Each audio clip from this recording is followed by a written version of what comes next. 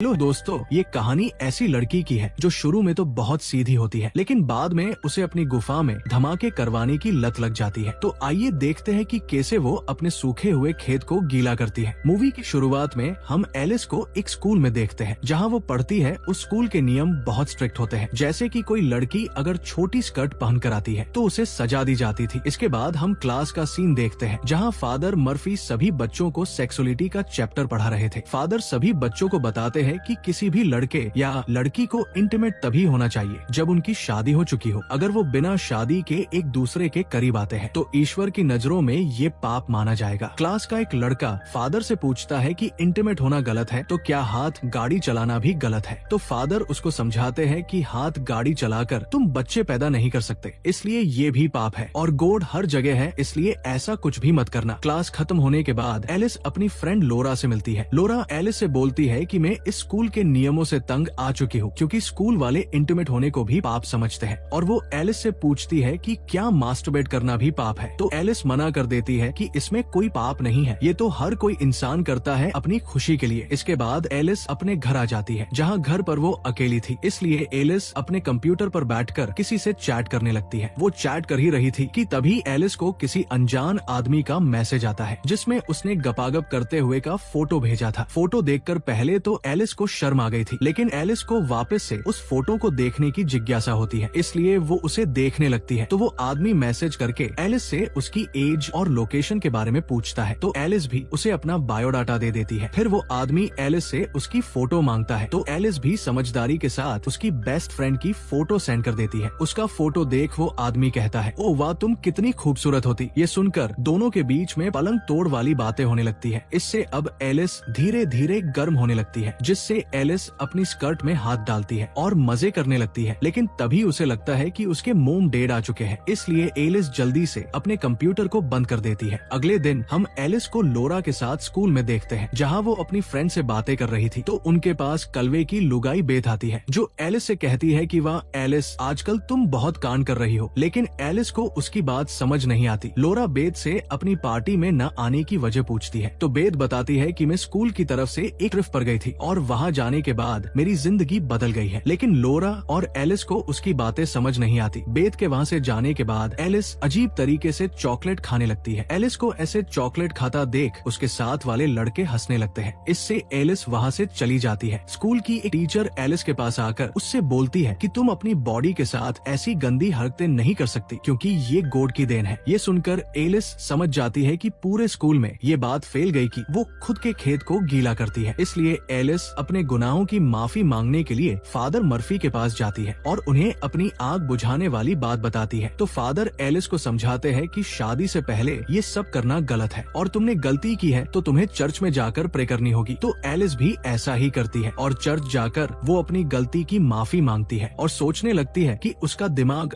फालतू कामों पर जाने लग गया है, इसलिए वो स्कूल ट्रिप पर जाकर अपने दिमाग को शांत करके गॉड के बारे में और जानेगी। एलिस ऐसा ही करती है, वो स्कूल ट्रिप पर जाती है। लोरा भी ट्रिप पर जा रही थी, लेकिन वो गॉड के बारे में जानने के लिए नहीं, बल्कि उसी के स्कूल के एक लड़के को पटाने के लिए। थोड़ी देर बाद वो सभी उसी जगह पहुंच जाते हैं जहां उनका कैंप था। कैंप से कुछ बच्चे बाहर आते हैं जो कि इनके ग्रुप के लीडर थे। उनमें से हम एक लड़के को देखते हैं जिसका नाम क्रिश था। क्रिश को देखते ही एलिस की गुफा में हलचल मचने लगती है। वेल तभी वहाँ की इंचार्ज नैना वहाँ आती है, जो सभी को अंदर लेकर जाती है। नैना एलिस से उसका फोन मांगती है, क्योंकि ट्रिप पर फोन अलाउड नहीं था, ताकि सभी बच्चों का ध्यान ट्रिप पर लग सके। पर एलिस नैना को अपना फोन नहीं देती और झूठ बोल देती है कि उसके पास फोन नहीं है, जिसके बाद सभी बच्चों को एक साथ हॉल में बिठाया जाता है, जहां फादर सभी बच्चों का अलग अलग ग्रुप बना देते हैं। एलिस क्रिश के ग्रुप में थी, इसलिए एलिस के मन में लड्डू फूटने लगते हैं। फिर फादर मर्फी सभी बच्चों से कहते हैं कि तुम यहाँ आए हो, ये ईश्वर ने पहले से प्लान कर रखा है और तुम 4 दिनों तक यहाँ रहकर अपनी जिंदगी के बारे में सीखोगे, जो कि ईश्वर चाहते हैं। जिसके बाद फादर सभी बच्चों को एक पेपर देते हैं जिस पर फीलिंग के बारे में लिखा था। फादर कहते हैं कि तुम सभी को इस पर टिक करके बताना है जो तुमने यहाँ आने से पहले महसूस किया हो। तो सभी बच्चे अपने अपने मूड को टिक कर देते हैं, लेकिन एलिस टर्न ऑन पर टिक कर देती है, क्योंकि कुछ दिनों पहले ही वो किसी के साथ इंटीमेट होना चाहती थी। लेकिन एलिस इस बात से घबरा जाती है कि इस बात का सबको पता चल गया तो उसका मजाक बनाया जाएगा, इसलिए वो उस टिक को हटाने की ट्राई करती है। पर इससे पहले ही उनके पेपर सबमिट करवा लिए जाते हैं, जिसके बाद नैना आकर कन्फेशन करती है कि मुझे लगता था कि मेरे मोम डैड मुझसे प्यार नहीं करते, लेकिन यहाँ आने से मेरी लाइफ इतनी चेंज हो गई कि मुझे अब लगने लगा कि मेरे मोम डैड मुझसे भी प्यार करते हैं। हाँ सही है, इसको तो ऐसा लगेगा ही, और वो क्यों आपको आगे पता चलेगा। अगले सीन में हम रात को एलिस को देखते हैं जो अपने नोकिया 1208 में सांप वाला गेम खेल रही थी। आउट होने पर फोन जब वाइब्रेट हो रहा था तो एलिस को आइडिया आता है और वो फोन को अपनी टांगों के बीच में रख लेती है, जिससे उसको बहुत अच्छा फील हो रहा था। अगले दिन सभी बच्चे जंगल में घूमने के लिए जाते हैं, जहाँ एलिस जानबूझकर खुद को चोट पहुंचा लेती है ताकि उनका ग्रुप का लीडर जो कि क्रिश था वो उसके पास आ जाए, और होता भी ऐसा ही है। चोट लगने की वजह से एलिस चल नहीं पाती तो क्रिश एलिस को अपनी गोद में उठाकर उसे उसके केबिन में छोड़ देता है। तभी एलिस के पास नैना आकर एलिस से उसकी चोट के बारे में पूछती है और कहती है कि जल्दी से बाहर चलो ताकि हम ग्रुप फोटो ले सके। लेकिन तभी एलिस का फोन वाइब्रेट होता है, जिससे नैना को उसके फोन के बारे में पता चल गया था। नैना एलिस से कहती है कि मैंने तुमसे पहले ही दिन फोन मांगा था, लेकिन तुमने मुझसे झूठ बोला। इसके बारे में मुझे फादर से बात करनी पड़ेगी। जिसके बाद सभी ग्रुप फोटो लेते हैं। फोटो लेने के बाद फादर मर्फी एलिस को डांटने लगते हैं कि तुमने एक बार फिर से हमारे यहाँ के नियम को तोड़ा है, इसलिए तुम्हें सजा के तौर पर पूरे केबिन की सफाई करनी पड़ेगी। जिसके बाद एलिस भी सफाई करने के काम में लग जाती है। सफाई करते हुए एलिस की नजर फादर मर्फी के रूम के अंदर रखे कंप्यूटर पर जाती है और वो खुद पर कंट्रोल नहीं कर पाती, इसलिए एलिस जल्दी से फादर के कंप्यूटर पर जाकर वापस से एक लड़के से चैट स्टार्ट कर देती है। एलिस उस लड़के से इंटीमेट होने के बारे में पूछती है, लेकिन एलिस को ऐसा लगता है जैसे कोई आ रहा है, इसलिए वो जल्दी से कंप्यूटर को बंद करके वहाँ से निकल जाती है। लेकिन वो कंप्यूटर को शट डाउन करना भूल गई थी। अगले दिन सभी बच्चे बेटे होते हैं क्योंकि इन्हें यहाँ अब 3 दिन गुजर चुके थे। तभी वहाँ फादर आकर सभी बच्चों से पूछते हैं कि जिस किसी ने भी मेरे कंप्यूटर से चैट की है वो खुद आकर मुझे बता देगा तो अच्छा रहेगा। लेकिन कोई भी बच्चा इस बात को एक्सेप्ट नहीं करता, तो फादर मर्फी एक एक करके सभी बच्चों का इंटरव्यू लेने लगते हैं ताकि उन्हें पता चल सके कि उनके कंप्यूटर का इस्तेमाल किसने किया है। एलिस जब इंटरव्यू देने आती है तो फादर मर्फी उससे बोलते हैं कि पूरे स्कूल में तुम फेमस हो क्योंकि स्कूल में चारों तरफ तुम्हारी ही चर्चाएं हैं। तो एलिस बोलती है कि मैं एक सीधी लड़की हूँ और जो भी बातें आपने मेरे बारे में सुनी है वो सब अफवाह है। इसके बाद एलिस किचन में सफाई का काम कर रही होती है। तभी वहाँ उसकी क्लास का लड़का आकर कचरा नीचे गिरा देता है, जिससे एलिस उसके ऊपर गुस्सा होकर बोलती है कि तुम्हारी वजह से मैं पूरे स्कूल में फेमस हो रखी हूँ। तो वो लड़का भी बोल देता है कि तुम भी कुछ कम नहीं हो, तुम्हारी वजह से ही मेरा ब्रेकअप हुआ है। तभी फादर वहाँ आकर उस लड़के को वहाँ से लेकर चले जाते हैं। एलिस अपनी सफाई कर ही रही होती है। तभी एलिस की नजर खिड़की से बाहर जाती है जहाँ नैना और स्कूल का एक लड़का रोमांस कर रहे होते हैं। ये देख एलिस भी एक्टिव हो जाती है और झाड़ू की हेल्प से खुद को खुश करने लगती है। सब हो जाने के बाद एलिस लोरा के पास जाकर नैना के कांड उसे बताती है, लेकिन लोरा को एलिस की बातों पर यकीन नहीं होता और वो एलिस से बोलती है कि तुम्हारे दिमाग में हर टाइम रोमांस चलता रहता है, इसलिए तुम्हें हर कोई तुम्हारे जैसा ही लगता है और तुम बहुत गंदी लड़की हो, इसलिए आज के बाद तुम मुझसे कभी बात मत करना। इससे एलिस को बहुत बुरा लगता है। अगले दिन एलिस जब सफाई कर रही होती है तो उसे उसी लड़के का ब्रेसलेट मिलता है जिसने उसकी अफवाहें स्कूल में उड़ाई थी। उस ब्रेसलेट को लेकर एलिस फादर के कंप्यूटर के पास रख देती है। तभी उसे किसी के आने की आहट सुनाई देती है, जिसे सुनकर एलिस छुप गई थी। तो फादर मर्फी वहाँ आकर अपने कंप्यूटर में कुछ वीडियो चलाकर हाथ गाड़ी चलाने लगते हैं, जिसे देखकर एलिस चौंक जाती है और बाहर आकर सोचने लगती है कि ये खुद तो मजे कर रहा है और दुनिया को ज्ञान बांट रहा है। बाहर एलिस को क्रिश मिलता है, जिसे देखकर एलिस की आग बढ़ चुकी थी। वो क्रिश को किस कर लेती है और क्रिश भी आराम से किस करता है, लेकिन क्रिश को एहसास होता है कि वो गलती कर रहे हैं, इसलिए क्रिश वहाँ से भाग जाता है। रात को सभी ग्रुप बनाकर एंजॉय कर रहे होते हैं, लेकिन एलिस का तो सुबह की घटना को सोच कर ही दिमाग खराब हो रहा था, इसलिए वो सभी को छोड़कर वहाँ से भागकर सीधे एक बार में आ जाती है जहाँ एलिस को जीना नाम की एक लेडी मिलती है जो एलिस को परेशान देखकर उससे बात करने लगती है। तो एलिस अपनी परेशानी उसे बताती है कि लोग जैसे अंदर से होते हैं वो बाहर से वैसे दिखते नहीं है। मैं जिस स्कूल में पढ़ती हूँ वहाँ में छोटी छोटी गलती की भी सजा दी जाती है। तो जीना उसे बताती है कि मैं भी छोटी थी तब कैथोलिक स्कूल में पढ़ी हूँ, इसलिए मुझे पता है कि तुम्हें कैसा फील हो रहा होगा। थोड़ी देर बातें करने के बाद जीना एलिस को उसके कैंप के बाहर छोड़ देती है और एलिस से कहती है कि जल्दी से तुम्हें अपने स्कूल को चेंज कर देना चाहिए ताकि तुम अपने मन की कर सको। अगली सुबह जब सभी बेटे होते हैं तो फादर मर्फी आकर उस लड़के को अपने साथ लेकर जाते हैं जिसने एलिस की अफवाह फैला रखी थी। उधर लोरा भी एलिस के पास आकर उससे सभी बातों की माफी मांगने लगती है और कहती है कि मैं शर्मिंदा हूँ कि मैंने तुम्हें इतनी अश्लील समझा। वो सारे कांड तो उस लड़के ने किए थे। जिसके बाद सभी का लास्ट दिन था, इसलिए सभी अपनी अपनी बातें कहते हैं। वो लड़का आकर अपने किए हुए कांड के बारे में सभी के सामने सॉरी मांगता है। जब एलिस की बारी आती है तो वो हिम्मत करके सबके सामने बोलती है कि यहाँ हर कोई अपनी सच्चाई छुपाकर बेटा हुआ है, क्योंकि सबके चेहरों पर एक नकली फेस है जो वो दिखाना नहीं चाहता। जिसके बाद एलिस अपने घर आ जाती है और अपने नए स्कूल के बारे में देखती है। अगले दिन जब एलिस नए स्कूल जाती है तो उसकी मुलाकात वहाँ क्रिश से होती है, जो एलिस से उस दिन हुए कांड के बारे में माफी मांगता है और दोनों अच्छे फ्रेंड्स बन जाते हैं। इसके बाद एलिस कॉन्फेशन करने के लिए फादर के पास जाती है और बताती है कि जब मैं टूर पर गई थी तब मैंने वहाँ एक आदमी को वीडियो देखते हुए हाथ गाड़ी चलाते हुए देखा था। अब आपको पता है वो मर्फी ही था, लेकिन फादर मर्फी इस बात को मानने से इनकार कर देते हैं और एलिस को बोलते हैं कि किसी को ऐसी हरकतें करते हुए देखना भी पाप है, इसलिए तुम चर्च जाकर गॉड से प्रे करना। पर एलिस घर आकर अपने कंप्यूटर में अच्छे वीडियो चलाकर खुद को ही खुश करने लगती है और इसी के साथ इस मूवी की हैप्पी एंडिंग हो जाती है। आपको मूवी कैसी लगी कमेंट करके जरूर बताना। Thanks for watching.